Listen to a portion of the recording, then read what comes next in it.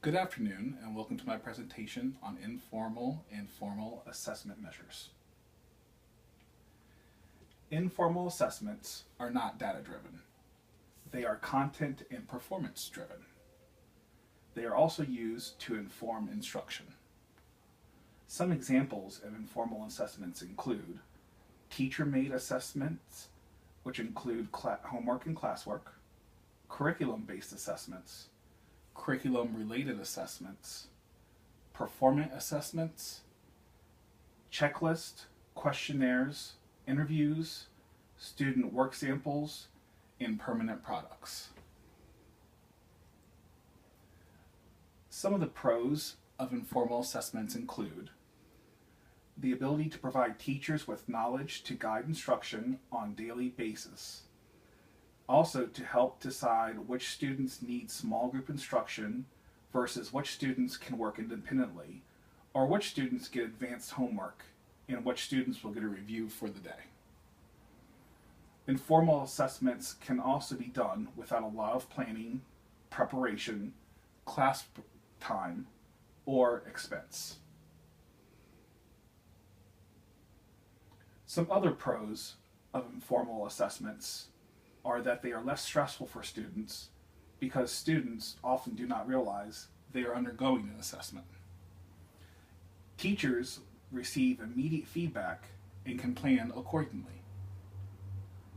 Also, informal assessments can more accurately measure a student's true ability, especially if students find testing too stressful.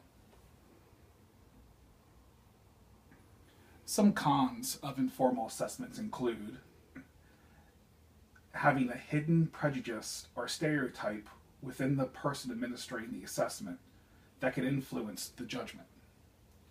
Also, students may not give 100% effort. Differentiation of instruction after analysis of informal assessment requires extensive planning and preparation. Tests only are at knowledge level. Now let's get into formal assessments. They are used to assess overall achievement. They also compare a student's performance with others of the same age group and grade. Formal assessments identify comparable strengths and weaknesses with those of their peers. Some examples of formal assessments include norm-referenced test, criterion-referenced test, standardized test, as well as high-stakes test. Some pros of formal assessments are accountability. All students are included and hold schools accountable for their learning. It also offers concrete data. The response to intervention. Students with disabilities progress is measured to determine if programs are effective. Formal assessments give insight on the level of intervention needed for struggling students and can be used to plan and adjust RTIs. Staying on top.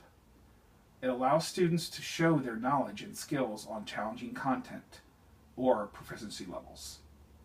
Answers the questions, how are my students performing compared to their own personal growth, compared to others in class, and compared to grade level, school, district, and state. Some other pros of formal assessments include public reporting.